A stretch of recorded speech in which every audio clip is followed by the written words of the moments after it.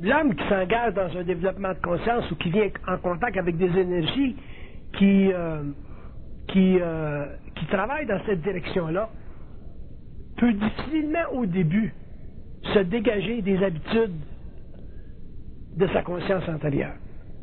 Parce que ça peut être intéressant, il y a beaucoup de choses à étudier, il y a beaucoup de choses à comprendre, il y a beaucoup de choses à voir. Puis ça, c'est un mécanisme psychologique qui est normal.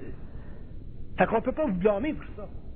Par contre, si on veut vous aider, on est obligé de vous dire, bon, ben, c'est réellement sans importance. Pourquoi? Parce que l'énergie du mental, autrement dit, l'énergie du mental supérieur qui se situe au-dessus de la réflexion ou au-delà de la réflexion, cette énergie-là doit être de plus en plus utilisée par les forces du mental et de moins en moins utilisée par les forces de l'ego, afin de permettre la création de canal et la descente de l'énergie de haut en bas. Si l'ego s'investit trop d'une curiosité normale, qui fait partie de ses appétits intellectuels normaux, éventuellement, il va brouiller le canal et il va empêcher qu'une vibration plus subtile passe pour finir, pour lui amener éventuellement sa propre lumière et pour lui amener l'information dont il a besoin, lui, en tant qu'être. C'est pour ça que la curiosité, c'est une des choses qui, au cours de l'évolution, diminue, un petit peu comme la mémoire intellectuelle diminue. Un homme qui évolue en conscience mentale s'aperçoit au cours des années que sa mémoire elle diminue, puis elle diminue, elle diminue. Ça ne veut pas dire que sa mémoire disparaît, mais sa mémoire est utilisée par son esprit pour le travail, pour l'expression de sa conscience, et non pas pour le renforcement des aspects psychologiques de l'ego.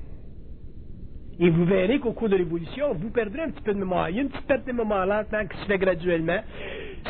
Pas au point où vous ne pourrez plus travailler, mais au point où vous aurez conscience qu'il y a une perte de mémoire. Et cette perte de mémoire-là fait partie des mêmes mouvements de la conscience que ceux qui touchent la curiosité.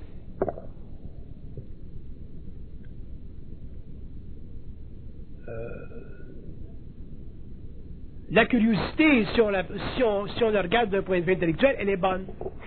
Si on la regarde d'un point de vue psychique, elle devient éventuellement nuisible.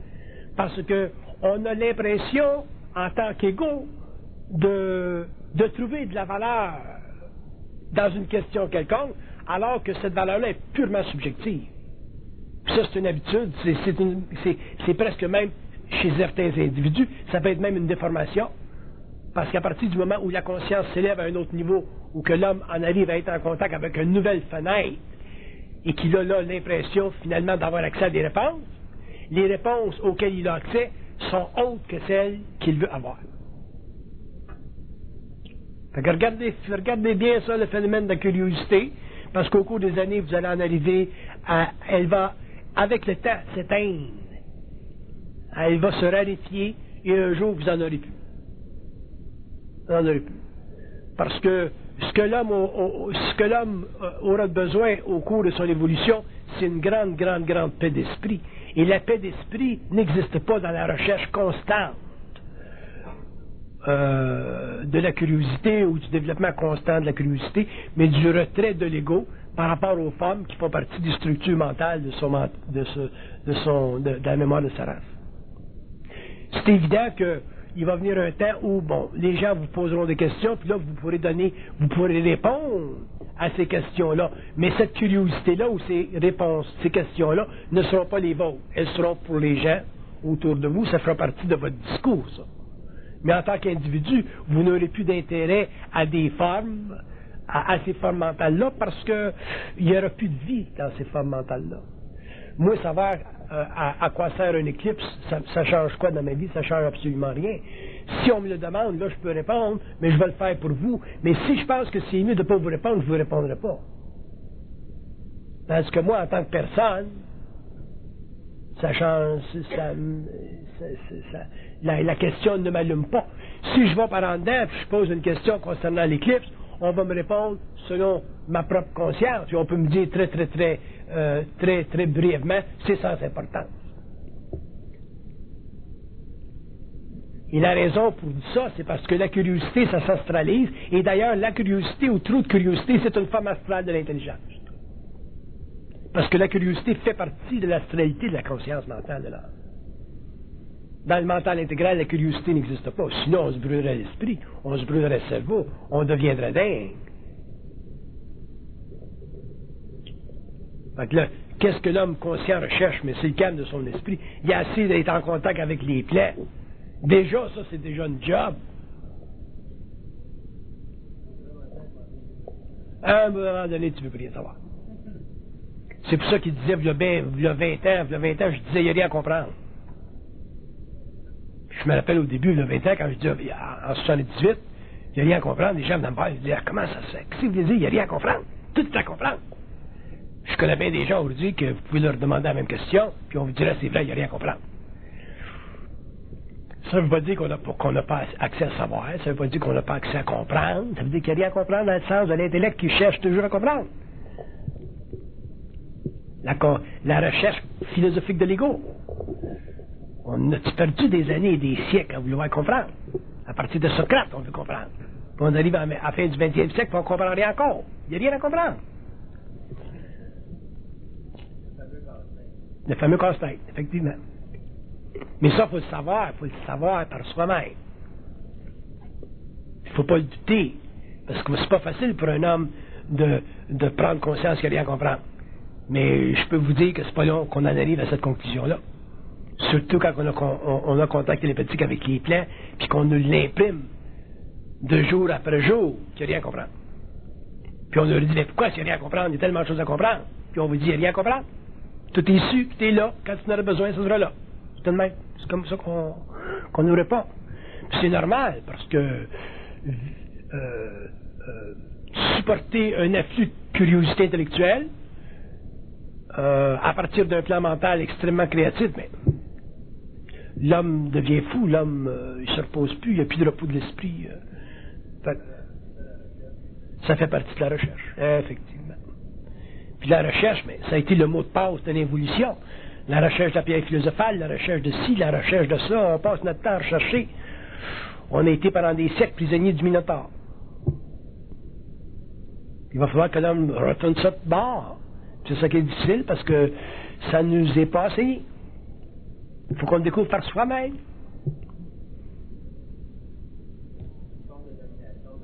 Ça fait partie de la domination de l'astral. Quand vous me dites quelque chose qui est réel, je suis obligé de dire, c'est ça. Que je sois Bernard de Montréal, pas Bernard de Montréal, quand vous me dites quelque chose qui est réel, je suis obligé de dire, c'est ça. Ça fait partie de la domination de l'astral.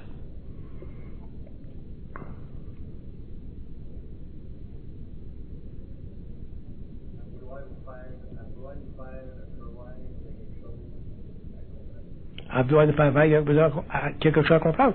Parce qu'à partir, tant qu'il y a des forces astrales qui peuvent nous faire croire quelque chose à comprendre, on a tendance à vouloir les suivre, à s'assujettir à elles.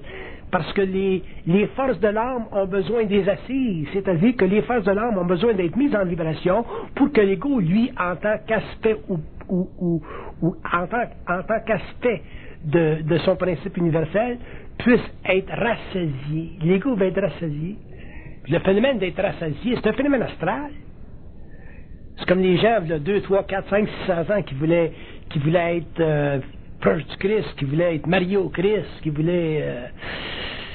tu sais, c'est abominable, ces expériences-là.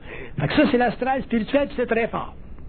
Si jamais vous avez une chance d'aller en astral, de voir sur les plans spirituels la structure mentale des religions, vous allez être pas mal époustouflé. Quand vous verrez comment ça fonctionne les religions, qui c'est qui rend les religions, qui c'est qui crée les religions, pourquoi c'est que les religions existent sur la Terre, n'oubliez pas que la Terre c'est une planète expérimentale, hein? Une planète expérimentale, ça veut dire que l'ego qui est en incarnation, ou l'âme qui est en incarnation, n'a pas le pouvoir, pendant l'évolution, de s'abstenir du contact psychologique avec la mémoire de sa race. C'est fort, ça. Il n'a pas le pouvoir. Puis un ego qui est forcé de s'abstenir du contact psychologique avec la mémoire de la race, techniquement il craque. Prenez un homme, mettez-le dans une prison tout seul, sans contact extérieur, il va craquer. Mais prenez un homme conscient, mettez-le dans une prison, tout seul, sans contact avec les morts de la race, il va sortir de son corps et il va se promener en ville. Une différence?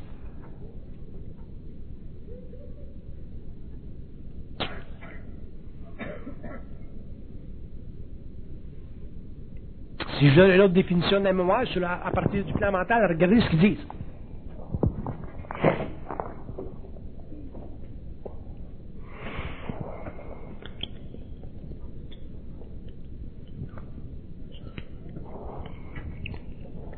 Ils disent que la mémoire, c'est une structure mentale de l'ego qui permet à l'homme de perdre conscience. Quand vous êtes dans la mémoire, dans le phénomène de la mémoire, même si la mémoire est utile au niveau structurel, il y a une perte de conscience. Dans la conscience, la mémoire n'existe pas. Dans la conscience, il y a une pulsation de lumière qui fonctionne, qui est créative. Elle fait ce qu'elle veut, la lumière. Tu t'en vas où est-ce que ça en va? Elle fait son propre chemin. Alors que dans la mémoire, l'ego, il est obligé, temporairement, même si c'est une fraction de seconde, de perdre la conscience. La mémoire fait partie des forces de domination. C'est à travers la mémoire que les forces de domination ont établi sur l'homme leur régence pendant des millénaires. Fait que comme vous soyez chinois, vous avez une grande mémoire chinoise. Si vous êtes allemand, vous avez une grande mémoire allemande. Si vous êtes oriental ou hindou ou arabe, vous avez toute une grande mémoire qui fait partie de la mémoire de la race. Et c'est très difficile pour un ego, en évolution de conscience, de se séparer de la mémoire de la race parce que son identité fictive est mise en doute. Alors, quand on parle de l'évolution, c'est ça l'évolution. Quand on parle de l'évolution, c'est le renversement de cette condition-là, mais ça se fera sur une base totalement individuelle. Ça ne peut pas se faire sur une base collective. Parce qu'à partir du moment où vous utilisez de la connaissance sur une base collective, vous formez techniquement une religion. Donc, pour empêcher la formation d'une religion, ou d'une secte, ou d'une collectivité, ou de la systématisation d'une pensée qu'on appelle la philosophie, vous êtes obligé d'enlever ou d'amener l'homme à mettre de côté sa mémoire. Donc, mettre de côté sa mémoire, ça veut dire quoi? Mettre de côté ce que vous y avez enseigné. Fait que c'est très important pour un homme qui, techniquement, enseigne ou parle, de le faire de manière créative, afin de rendre toujours l'ego libre de la mémoire, donc de l'enseignement qu'il donne. Parce que si vous ne rendez pas l'ego libre de l'enseignement que vous donnez, vous allez créer des paramètres de vérité, vous allez devenir un maître, et automatiquement, l'ego ne pourra jamais passer de l'évolution à l'évolution. Fait que c'est subtil, mais il faut le savoir. Puis il faut le savoir, mais pour le savoir, mais il faut avoir passé les différentes étapes qui nous mènent finalement à réaliser que se rendre libre soi-même, ça implique rendre l'homme libre. Si vous ne rendez pas l'homme libre dans votre processus, dans votre relation avec l'homme, vous n'êtes pas libre. Quelle que soit la couleur, la qualité de votre enseignement. Mais si vous êtes libre, vous serez obligé, de par le fait d'être libre, de rendre l'homme libre, donc de sortir de la mémoire de sa race. Et votre enseignement qui fait partie de la mémoire de la race temporairement, même si c'est d'une race plus élevée, vous serez obligé de le rendre libre de même de cette mémoire-là. Et comment vous allez le faire? En lui disant ne pas croire. En lui disant il n'y a pas de vérité dans ce que je dis. C'est simplement de la réalité. Dans la réalité, l'homme est libre de vous suivre ou de ne pas vous suivre. Pourquoi? Parce qu'il est libre de savoir comme vous ce que vous savez. Si un homme ne peut pas savoir comme vous ce que vous savez, il est obligé d'utiliser la vérité pour se joindre à vous. En faisant ça, il utilise encore le mécanisme de la mémoire de la race. Donc, il appartient encore à un processus à court ou à long terme où il se formera une secte ou une religion ou un système de philosophie ou une idéologie quelconque. Donc, il sera encore dans l'évolution et l'homme ne sera encore quelque part dominé dans sa conscience. C'est subtil.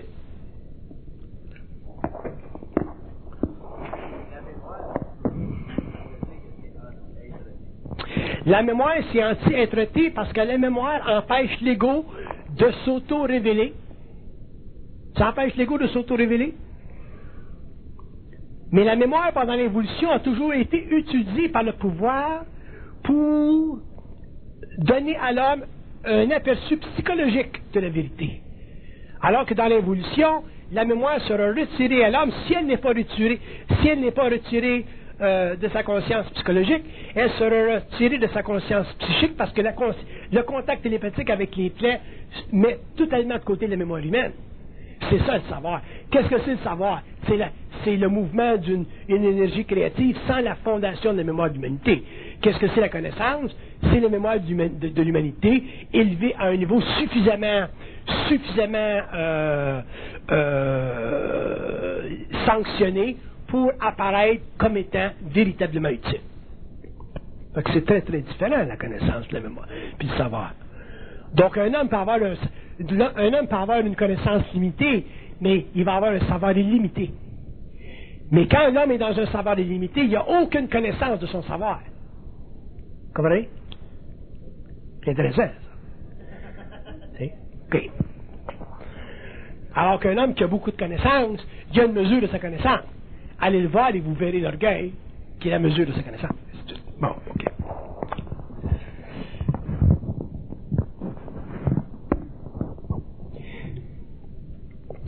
Puis il y a beaucoup de plaisir dans la conscience humaine de ne pas avoir de mesure de son savoir, parce qu'à ce moment-là, ben, c'est comme approcher le robinet. Tu rouvres le champleur puis il coule de l'eau.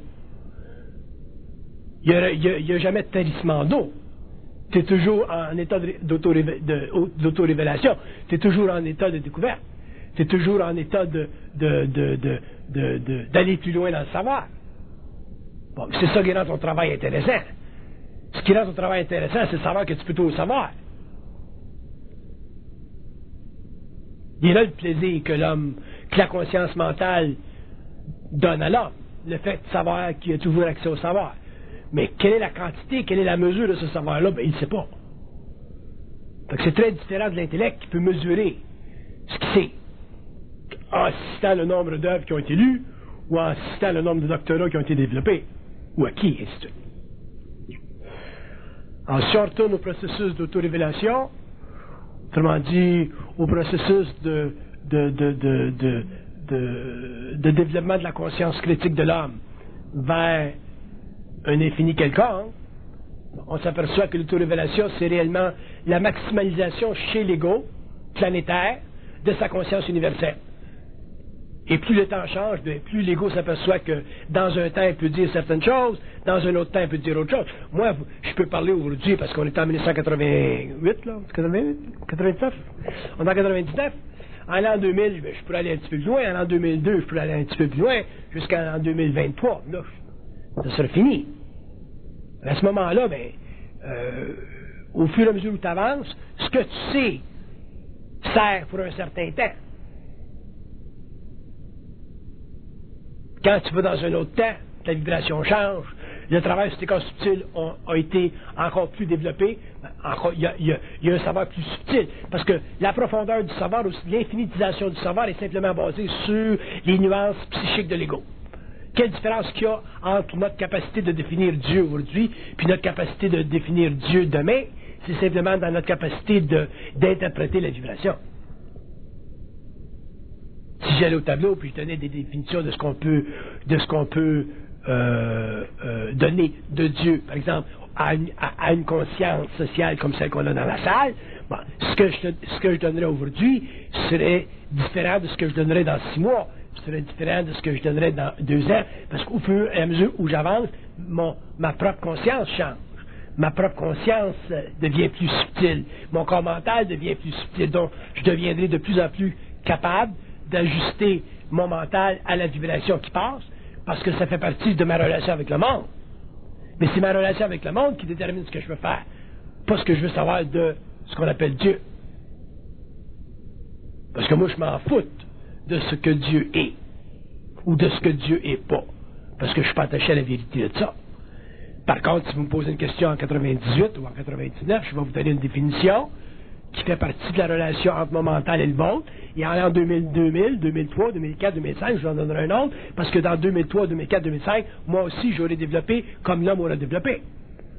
Donc, il y a une relation chronologique et une relation extrêmement étroite entre la vibration d'un homme qui parle et d'un homme qui reçoit la parole. Et ça permet une évolution graduelle qui est proportionnelle à un plan qui est universel et qui ne fait pas partie des droits d'auteur de l'homme sur la Terre. On n'est pas responsable sur la Terre de ce que l'homme doit savoir. on devient des canaux sur la Terre de ce que l'homme peut savoir. OK? Fait que la curiosité, là,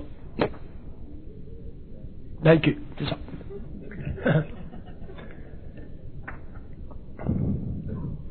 Puis le comprendre, pour vous autres, c'est très important.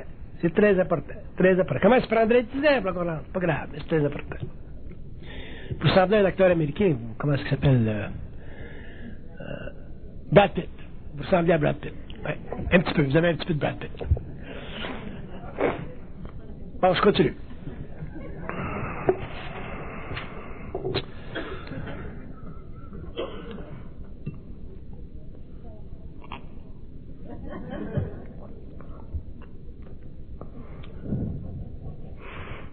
Donc, l'autodétermination, c'est un processus créatif qui est extrêmement nuancé, qui est extrêmement subtil. Et il est proportionnel au déplacement de l'ego.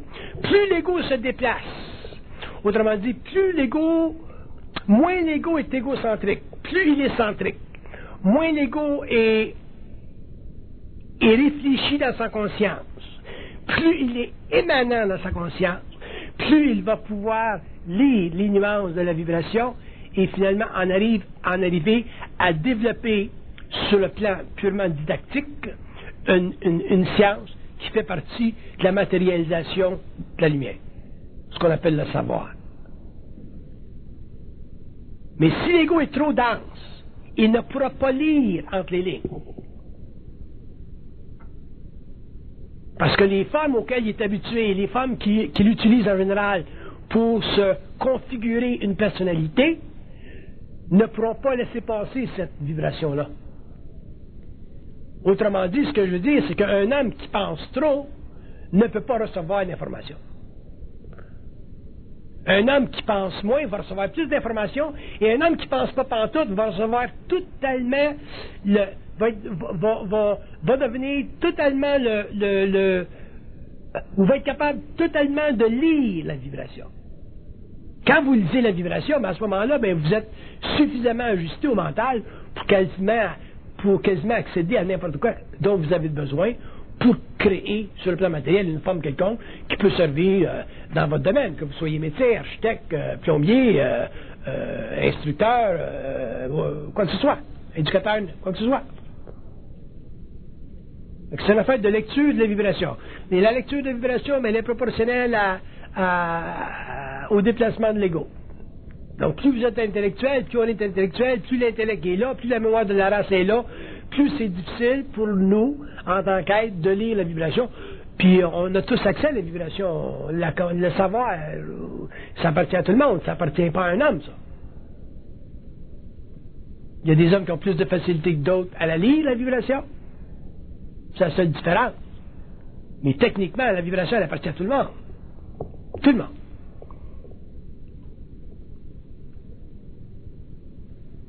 Des fois, on rencontre des gens très intelligents sur le plan psychologique, sur le plan du mental structuré, sur le plan de l'intellect. Mais au niveau intuitif, au niveau de la lecture des vibrations, ils sont totalement incompétents. Et c'est pour ça qu'ils ne peuvent pas bénéficier de ce qu'ils savent. L'homme sait énormément de choses. Il a accès à énormément de choses. Mais il est obligé de vivre un déplacement de l'ego pour accéder à cette information-là. C'est pour ça que dans un sens, la vérité c'est très dangereux, la croyance c'est anathème à la conscience. Anathème. Des fois je regarde des programmes à la télévision, puis je vois des grands mouvements de foule, comme ce qui s'est produit en Chine, ce qui s'est produit en Russie, ce qui s'est produit durant la Renaissance, en Europe, ainsi de suite. Puis, les mouvements qui font partie du développement de la civilisation, ce sont une chose. Mais les mouvements qui font partie du développement de l'homme, en tant qu'individu, c'est un autre pain de manche. Et la loi de transformation est totalement différente. L'homme va se transformer d'une manière totalement étrangère à sa préconception psychologique. Ce que vous pensez aujourd'hui, demain, vous verrez que c'est pas ça. Vous regarderez dans 10 ans, puis vous regardez en arrière, vous direz, ouais, dans ce temps-là, je pensais ça, aujourd'hui, je vois d'autres choses.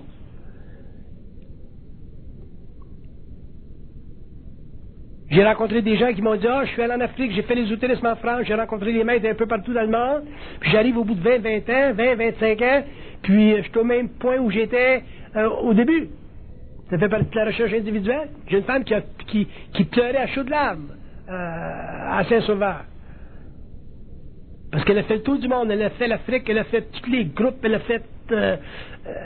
a mis beaucoup d'énergie à la recherche pour finalement en arriver à réaliser qu'il n'y a rien à l'extérieur de soi, que la recherche, ça fait simplement partie de la recherche de l'identité. C'est un gros choc.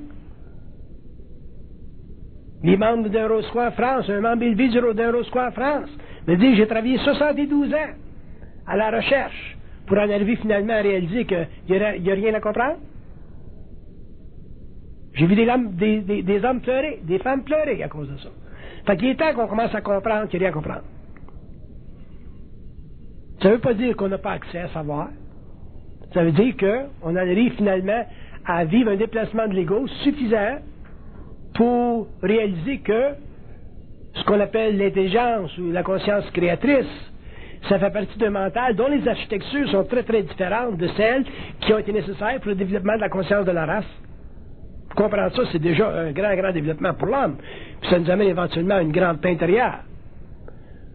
Sinon, on passe notre temps à courir, puis à rechercher, puis à lire. Qu'on lise pour notre plaisir personnel, c'est une chose. Qu'on lise pour voir ce qu'il dit, c'est une chose. Mais qu'on lise pour quoi, c'est une autre chose.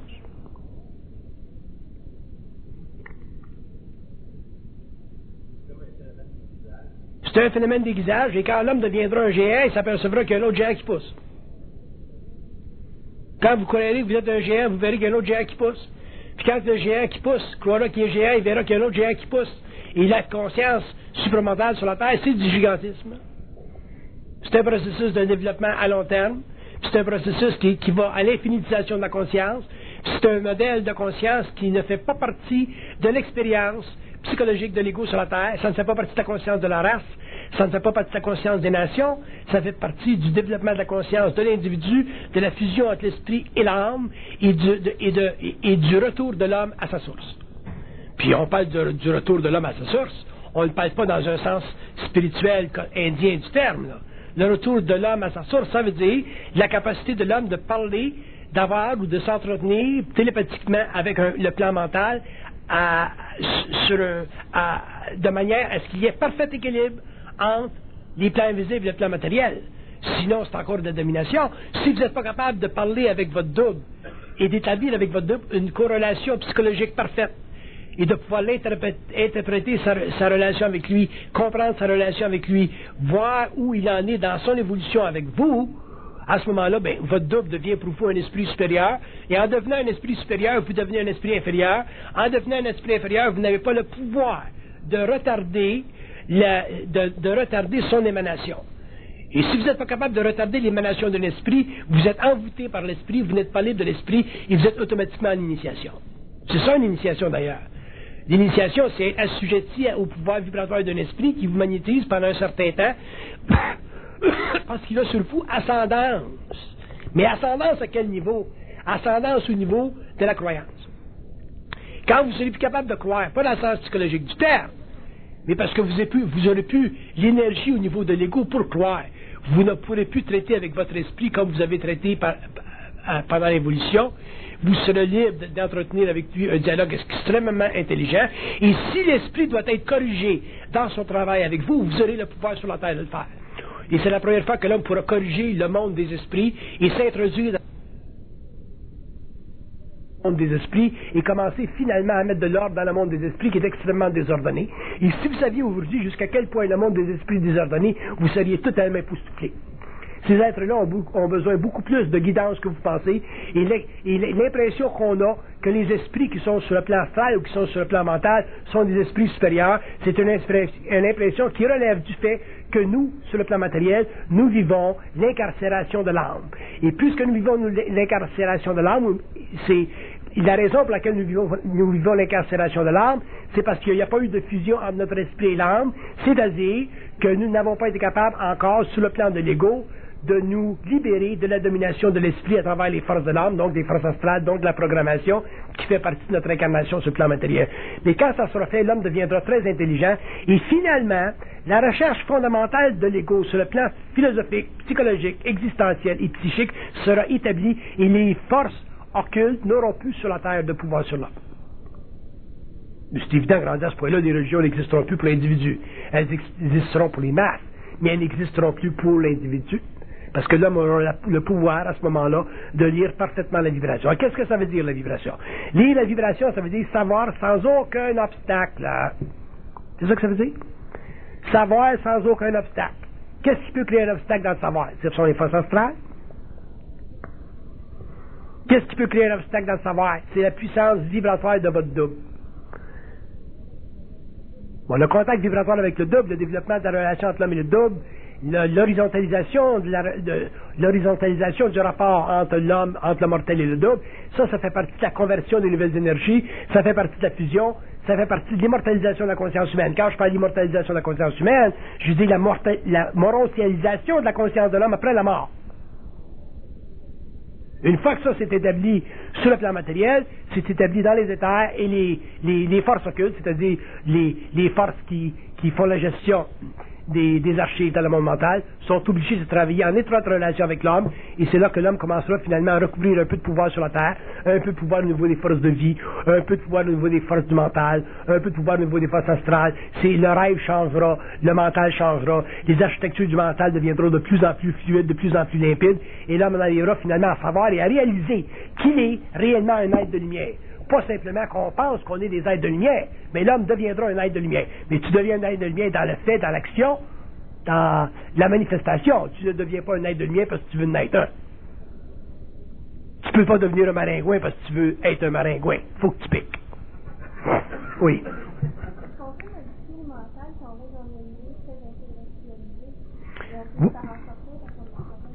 Ça dépend ça dépend de votre sensibilité, ça dépend de votre propre évolution, ça dépend de votre vibration. Il y a des êtres qui sont dans des milieux humains extrêmement défavorisés et qui réussissent finalement à se libérer de la mémoire de la race. Seulement c'est plus difficile, par contre tout est faisable, mais ça dépend toujours de votre vibration. Et c'est personnel à chacun de vous, ça. Il y a des êtres qui iront très loin dans l'évolution d'une conscience mentale, il y a des êtres qui iront très peu loin. Tout dépend de l'âme, tout dépend de la force intérieure de l'individu. C'est très personnel à chacun, ça. Je peux vous dire en général que c'est plus difficile pour un être qui est très incarcéré dans la mémoire de la race de s'en libérer. Par contre, il y a des êtres qui le font, j'en connais moi. Je connais des êtres qui viennent des Indes, je connais des êtres qui viennent des pays islamiques, je connais des êtres qui viennent de partout et qui ont été extrêmement défavorisés sur le plan racial, mais qui, sur le plan psychique, sont très avancés. Et ce sont les forces de l'âme, finalement, qui se sont mises en branle. Et une fois que les forces de l'âme se mettent en branle avec une science qui est suffisamment à notre portée aujourd'hui, c'est pas loin que l'esprit commence à se manifester et que l'âme commence finalement à se réaliser. Et quand l'âme se réalise, à ce moment-là, c'est très facile pour l'ego de travailler avec le plan mental, de travailler en télépathie, de sortir de la pensée réfléchie et de finalement réaliser que l'homme sait beaucoup de choses, on sait beaucoup de choses, on a accès à beaucoup de choses. Et c'est universel.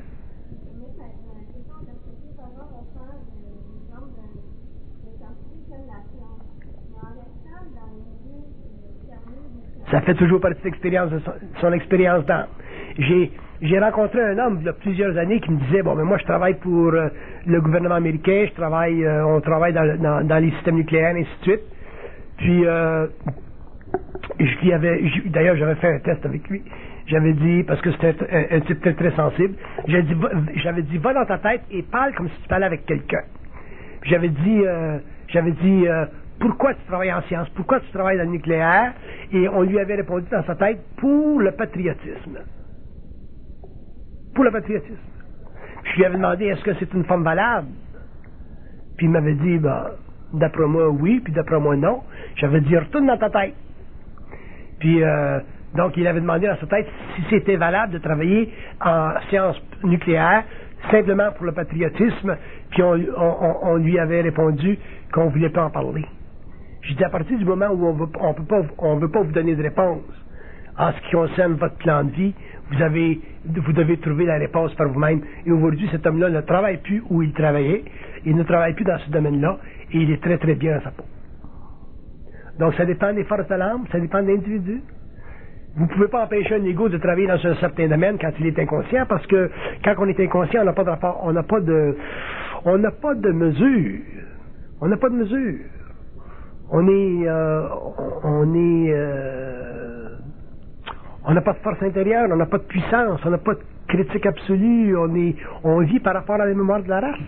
Donc vous ne pouvez pas blâmer une personne, quelques personnes, quelle que soit son origine raciale, mais il y a des êtres sur le plan matériel qui sont suffisamment sensibles intérieurement pour réaliser qu'il y a quelque chose qui tourne pas rond. Ils ne sont pas parfaitement heureux là-dedans. Ça les dérange de travailler sur les armements nucléaires, même s'ils sont très intelligents au niveau intellectuel. Puis éventuellement, mais souvent, ces êtres-là brisent de ces confins-là, puis ils sont automatiquement obligés de vivre une sorte de transmutation qui peut durer des années. Et éventuellement, mais ils se remettent sur leurs pieds et en arrivent finalement à découvrir une orientation qui fait tous partie de leur réalité. Donc, les forces culturelles sont très grandes. Qu'est-ce que vous voulez? On vit dans un médium, hein? Très grand.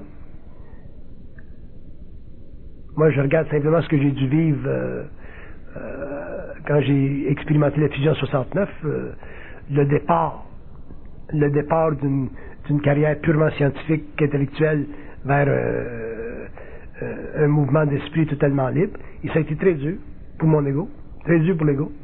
Tu te poses bien des questions. Et au cours des années, tu en arrives à intégrer ça. C'est plus facile pour un être qui est moins structuré au niveau mental, mais pour un être qui a une bonne éducation, pour un juge, un avocat, un scientifique, c'est plus difficile. Parce que ça te force à remettre en question des structures qui sont très valides, très valables. Donc, si l'âme passe à travers ça, si l'âme est en vibration, si l'être est sensible à ça, ben, éventuellement, il en arrive à pouvoir se décupler de ça en se déculpabilisant de ça. Parce que la culpabilité, c'est très grave, hein? C'est très grand, c'est très puissant, c'est très astral. Je pourrais vous dire que sur le plan astral, on se sert de la culpabilité comme instrument fondamental pour la déstabilisation des émotions de l'homme. Aussitôt que vous vivez de la culpabilité, votre corps émotionnel est déstabilisé. C'est une chose dont on ne parle pas, de culpabilité. On accepte ça comme ça fait partie de la vie, la culpabilité. Pourtant, la culpabilité, c'est une des forces utilisées par toutes les formes de domination contre l'homme. La culpabilité du simple communiste contre le régime socialiste, la culpabilité du pauvre chinois contre les dictées de Mao Tse-tung avec son petit livre rouge, puis la révolution culturelle en Chine, la culpabilité du bon catholique contre les prononciamentos de l'Église. C'est abominable, la culpabilité. Puis c'est une chose qu'on n'a pas étudiée, c'est une chose qui fait partie des structures mentales de notre époque ou des anciennes époques. Mais de la regarder d'en faire une autopsie, d'en faire une étude profonde, un discours profond, on ne l'a jamais fait. C'est essentiel. Un homme ne peut pas grandir la conscience sans avoir réalisé la bête noire de la culpabilité. Culpabilité par rapport à les rapports entre lui et sa famille. Culpabilité en regardant les Juifs durant la Deuxième Guerre mondiale. Combien de Juifs ont fini dans les faux crématoires parce qu'ils avaient la culpabilité de ne pas laisser leur groupe? Il y en a qui ont été libres de cette culpabilité-là, sont allés à New York, eux autres, qui ont fonctionné, pour vous le dire, mais c'est eux autres qui dominent. Donc la culpabilité, c'est très très grave, c'est très dangereux, et les pouvoirs ont toujours utilisé la culpabilité pour maintenir l'homme en liesse. C'est très grave, la culpabilité. Pour moi, c'est le plus grand des poisons, la culpabilité. C'est le plus grand des poisons. Et la croyance, c'est le plus grand des échafaudages. Des échafauds, pardon. Il y a des choses qui sont totalement anathèmes à la conscience. La croyance, la culpabilité. Les autres, ensuite, ça s'ajuste. Mais ces deux-là, l'homme sera obligé de passer à travers ça. Un homme conscient ne peut pas en arriver au constat de l'illusion de la culpabilité et au constat de l'illusion de la croyance. Impossible, impossible, impossible. Vous pouvez étudier les éclipses toute votre vie, si vous voulez, mais si vous n'en arrivez pas un jour à traiter directement avec la culpabilité et la croyance, vous ne pourrez jamais vous libérer de l'évolution, des forces de l'évolution. Pourquoi? Parce que la mémoire de la race, elle est maître. chez un être qui n'a pas de conscience critique absolue. Un homme qui a une critique conscience absolue, il n'est plus trop d'être. Qui fasse face à n'importe quelle mémoire, qu'on lui dise n'importe quoi, il pourra toujours lire entre les lignes. Mais un homme qui n'a pas de critique absolue parce qu'il n'est pas suffisamment libre de la croyance qui mène à la vérité ou qui n'est pas suffisamment libre de la culpabilité qui le dissocie des pouvoirs, ne peut jamais en arriver à se libérer du connu. S'il ne se libère pas du connu, il ne peut pas savoir. S'il ne peut pas savoir, il ne peut pas être libre. S'il ne peut pas être libre, il est automatiquement dans l'involution.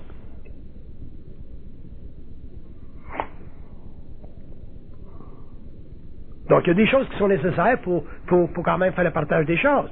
Il y a deux façons de voir la vie sur le plan matériel. Il y a la vie sociale, la vie des masses. Ça, il faut respecter ça. Vous devez respecter vos parents, vous devez respecter les structures sociales. Ça fait partie de l'autre monde, ça ne fait pas partie de votre expérience personnelle. Ensuite, il y a l'expérience personnelle. Bon, ce sont deux mondes très différents.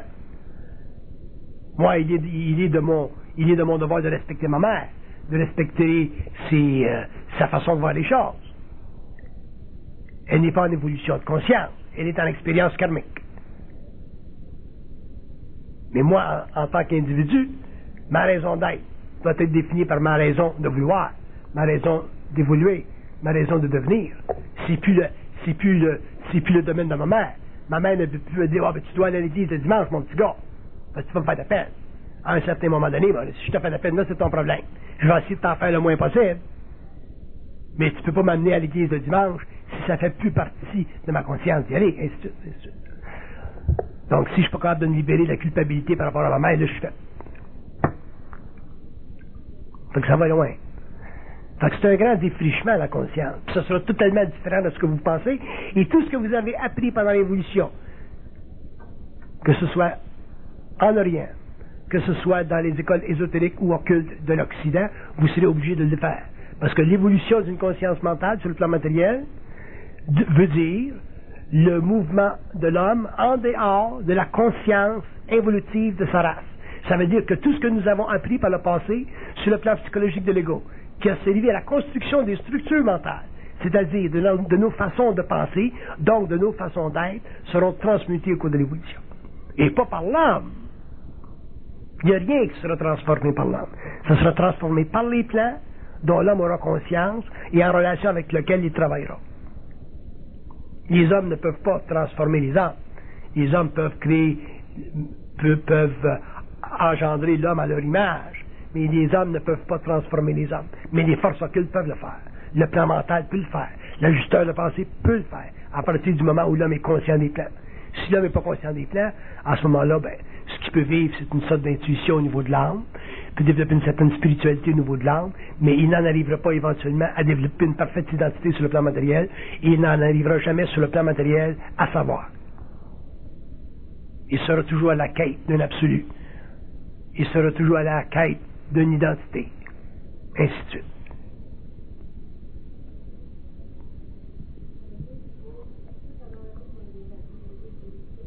Non. C'est là que vous faites des erreurs, puis vous passez vos temps à faire des erreurs, parce que vous interprétez toujours le réel en fonction de votre ego. Il ne s'agit pas vous autres de lâcher vos couples, de lâcher vos jobs. Il s'agit pour vous autres, au contraire, de rester dans vos couples, puis voir jusqu'à quel point vous êtes capable de le faire. Puis vous allez voir que dans vos couples, vous avez bien moins de force d'unification que vous pensez. Autrement dit que dans vos couples, vous êtes moins capable d'amour que vous vous imaginez.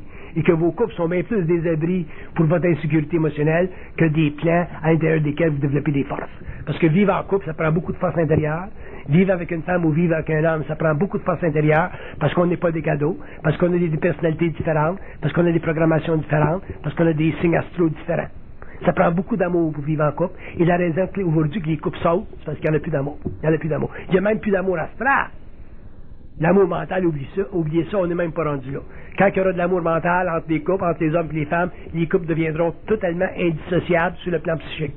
Vous pourrez vous dissocier sur le plan psychologique, mais sur le plan psychique, vous serez toujours en couple, vous serez toujours unifiés en esprit, puis l'homme et la femme ensemble seront toujours des êtres très près. Même chose sur le plan du travail. Si vous n'êtes pas capable de travailler puis de rester dans l'atmosphère d'un patron, à ce moment-là, vous ne développez jamais de force intérieure parce que votre patron, il a un ego, il a une personnalité, il va vous mettre en vibration à cause de son inconscience. Puis si vous tombez des pommes chaque fois que vous êtes en opposition, vous êtes fait, vous allez finir des mendiants, vous allez finir sur bien-être social. Puis si vous êtes aidé par le gouvernement sur bien-être social, à ce moment-là, vous n'aurez jamais de plateforme pour vous lancer dans le monde, puis pour découvrir manifester vos propres ressources. Fait qu'il ne s'agit pas pour l'homme de faire de l'évasion comme l'hindou qui va se cacher en dessous d'un arbre. L'évasion, c'est une illusion. C'est comme les hippies, ils ont voulu se cacher avec la drogue puis du pot. Tu ne fumes pas du pot pour arriver quelque part. Le pot, c'est du pot. C'est du pot. C'est ce que je te dis. Vous pouvez écouter tant que vous voulez, mais ça ne va pas vous donner de la conscience. Alors, qu'est-ce que vous voulez que je vous dise? Ça veut dire, ce que vous faites, faites-le, puis apprenez à le faire de plus en plus consciemment, puis travaillez en relation avec votre poste de plus en plus consciemment.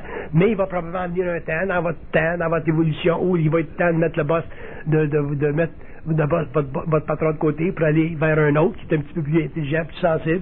Ça va faire partie de vos besoins dans ce temps-là. En attendant, c'est bon que vous travaillez avec votre boss parce que vous avez besoin de lui pour le moment, pour vous enligner, parce que vous avez des déformations au niveau de votre propre ego qui doivent être ajustées.